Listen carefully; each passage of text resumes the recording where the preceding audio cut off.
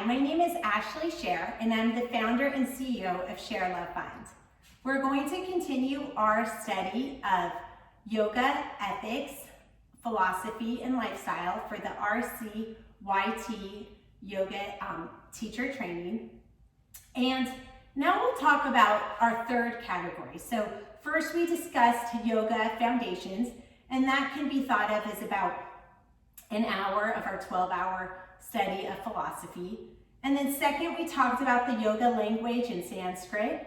And you can think about that as the second hour of our 12 hours of philosophy with the yoga children's teacher training.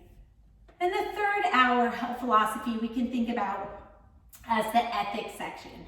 In this section, we will review the letter to parents, and we touched upon that in the background section when we spoke about communication. And we won't repeat anything that was said before. And we'll also talk about communications and boundaries and how important it is to have boundaries with children, because by acting ethically with children, it also teaches them how to act ethically with others and how to respect their own autonomy and to respect the autonomy of others. We'll talk about transparency, and we'll touch on communication again as we did in earlier videos. And these are a few takeaways. First, small problems become large problems. If you are teaching children, even if those children are 15 years old, and don't seem like children, if something seems not right, please ask for help. Small problems only become large problems, and it's our duty as the adult to act like the adult. So seek help if something isn't working right. Maybe it's not even a problem, but by being transparent and by bringing things to the surface, you can avoid any kind of problem. So in the end, that will serve you, if something's not going right. Some people's reaction is to hide it, but actually what will serve you is the opposite: get help. The other big takeaway is it's not okay to have secrets with children. So that's just like cut and dry rules. So there are no secrets between an instructor and a child. So it's never appropriate to tell a child, don't tell this or that to your parents. So when in doubt, think transparency. And these are the values you're also trying to impart on the children: openness, honesty, trust, transparency, accountability, responsibility, and integrity. So there are no secrets that you have with children under any circumstance. That's a big red flag. Also consult your school's rules, or if you're a caregiver, the rules with the parent about what types of communications are okay. For example, with the Boy Scouts, private communications between an adult and a child are not okay. So in general, it's best to never isolate a child and to not have isolated communications with the child. If the child is a bit older, let's say in middle school, and you're emailing the child, a good policy is to include the parents on the email, CC the parents. By always having transparency, it avoids any problems. It is also more empowering to the child to not be isolated. It is very important to not bully or take advantage of children. Do not underestimate your position of power and esteem in their minds. And it is really important not just to be nice to the child, but for your own integrity, for your own self-esteem, that you were a nurturer and not someone who bullied and intimidated And it is common for instructors to not even know that they are bullying, because what needs to be accounted for is how you're viewed in the child's mind. So for example, even in a yoga class, if one child is always being corrected, Becky, get your foot straight. No, Becky, the other foot. No, Becky, we're on this side. No, Becky, on the last side. If you notice yourself just constantly saying the name of one child over and over, you know, that child might feel bullied and intimidated and honestly just really scared to go to class.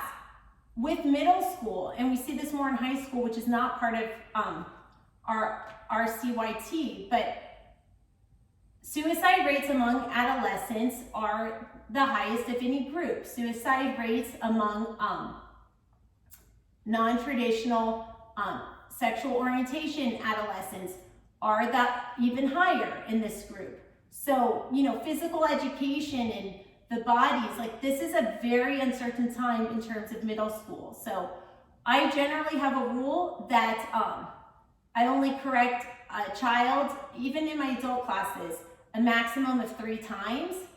And I really try to go around the room so nobody feels picked on. Also, think about it from a student standpoint. If all your positions are wrong, are you really gonna learn 25 corrections in one 45-minute class?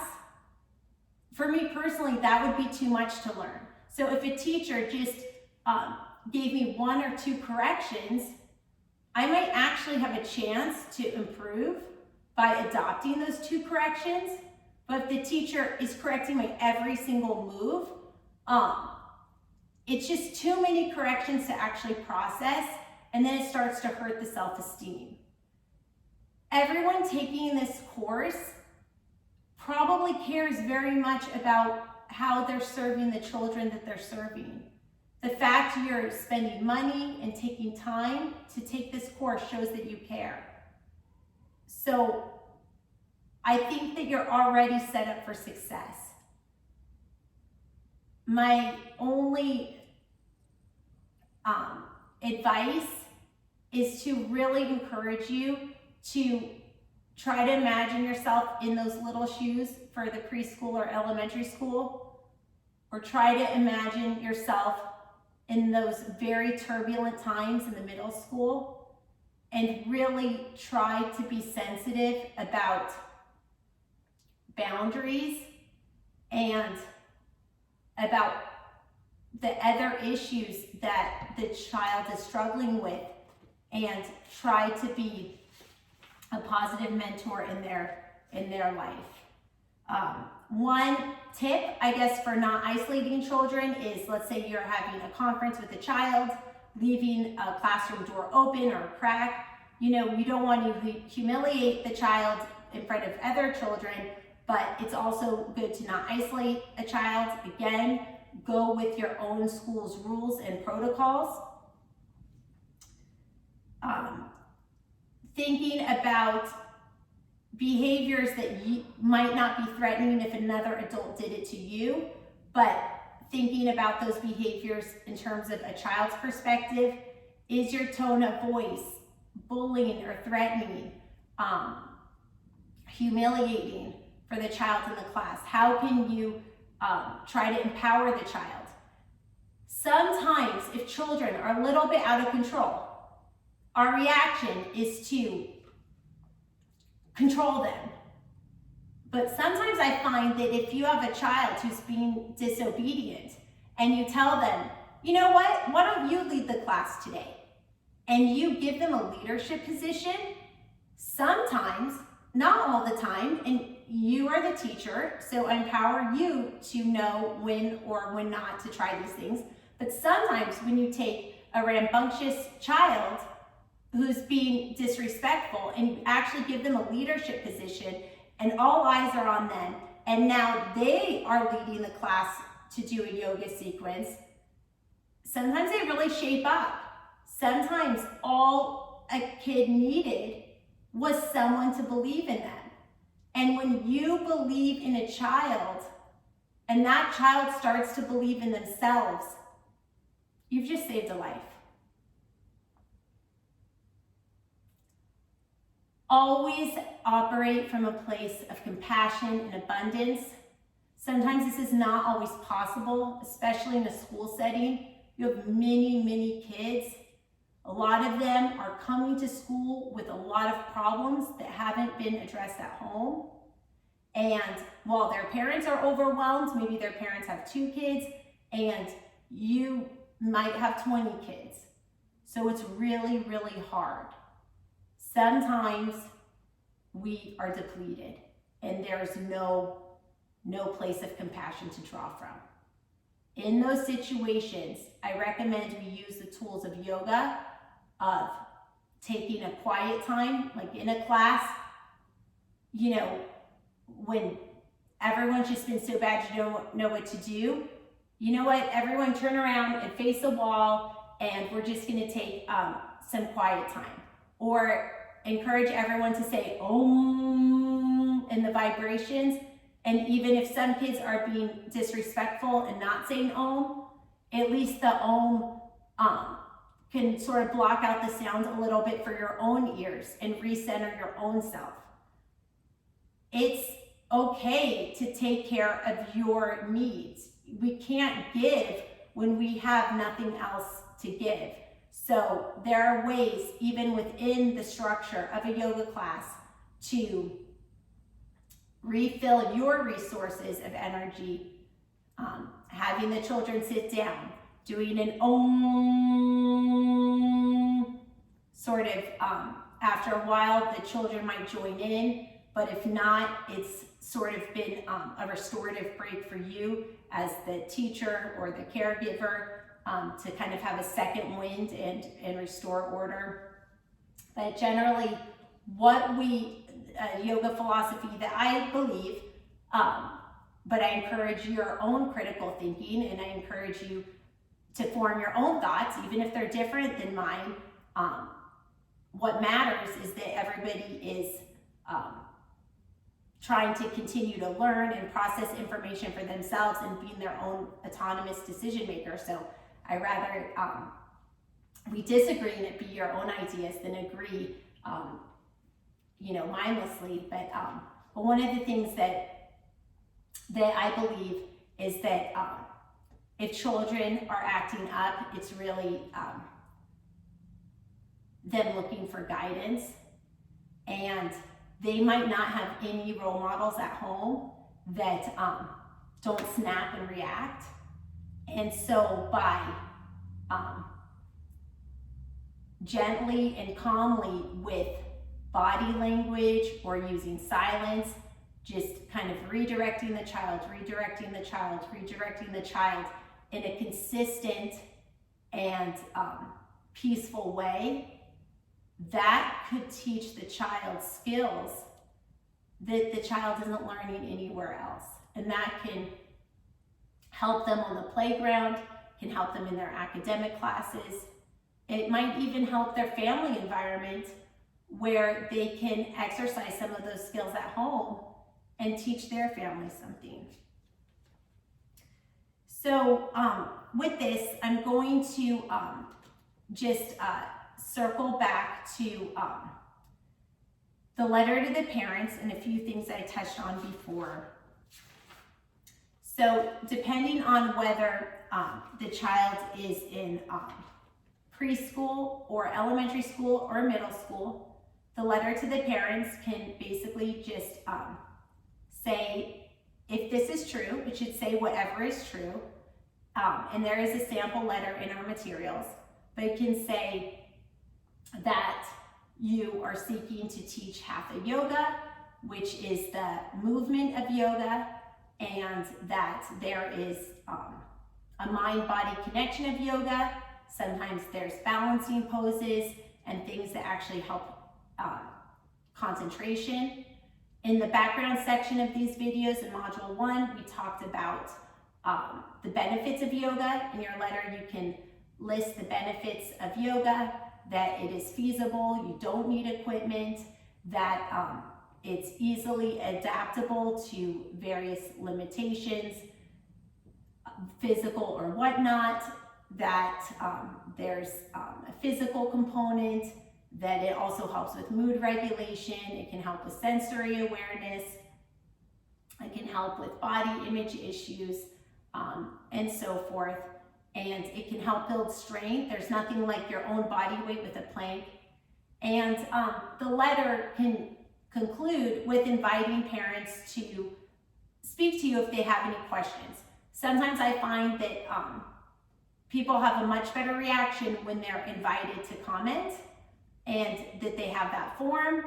Also, we can't make everybody happy all the time. So if a parent does complain, you can reference the letter and say, look, I sent this letter home, and and try to gauge what the reason why they're disgruntled, if they are disgruntled. It is important with children, unless it's your own child, to not teach yoga as a religion. Sometimes when we talk about the yoga philosophy, we can talk about it as an idea, like critical thinking, and we'll get into more of that in the other videos. Just like we learn mythology and folk stories, we can also learn principles of yoga and evaluate them with our own framework of beliefs and not impose beliefs on others. A way to teach without imposing beliefs on others is to have open-ended questions. So in conclusion, for this section on yoga ethics, a big part is communication with the children. And we talked about boundaries and not having secrets. A big part of this is communication with the parents. And we've talked about this also in the background section module. But one tool is a letter home to parents. And we also talked about, just in general, boundaries and transparency. When we restrain ourselves to an ethical code and we set boundaries, we're also teaching children to set healthy boundaries. And when we are transparent, when we are unafraid and we seek help when there's problems, there's two benefits. One is that small problems turn into big problems, which we avoid. But the other benefit is what we're teaching the children. We're teaching them not to be afraid and to be transparent. If somebody, if let's say the whiteboard marker is missing and a teacher says to the child, did you take the marker? An impulsive child might impulsively say, no, I didn't take it. But we see the marker on the child's desk. And so by being transparent, let's say you made a mistake, and not hiding it, being transparent, we teach the children by example those same skills. Oh, sorry teacher, I did absent-mindedly take the marker to my desk. I really didn't mean to steal it. Or you know what, maybe I did, but I got caught. And the marker gets returned. Yoga is a practice, it's not a perfect. Nobody is asking children to be perfect. What we're trying to do is learn from our mistakes and think of every action as a lesson, maybe a lesson to be repeated, or a lesson maybe to do the opposite of, or somewhere in the middle. So transparency is, we're being ethical when we're being transparent, but we're also teaching children not to be afraid and to tell the truth. And the other takeaway from this section is just remembering that children are young. Even if they're 15 and they look big, they have a lot of commotion going on inside. It's a big hormonal shift. And just really being sensitive to certain behaviors that you might not find would be threatening if an adult did them to you, but because you're an adult and you're working with a child, certain behaviors might actually be thought of as bullying or scary to a child. And a simple example of this is you might really think very highly of a certain child, and you might be so excited to help them get into the proper form, and you might be calling their name many times in the yoga class to do bodily alignment corrections, like, oh, put your hand up, no, your palm this way or that way, and that child might develop a fear of coming to your class. Of course, you know your class best. These are just ideas for you to think about when you're with your students. If I can offer a different perspective and help inspire you to be a better teacher, all the better. If some of the things that I say don't seem relevant, well, power to you. You know, at the end of the day, it's your own critical thinking that is going to empower you to be the best teacher. Namaste.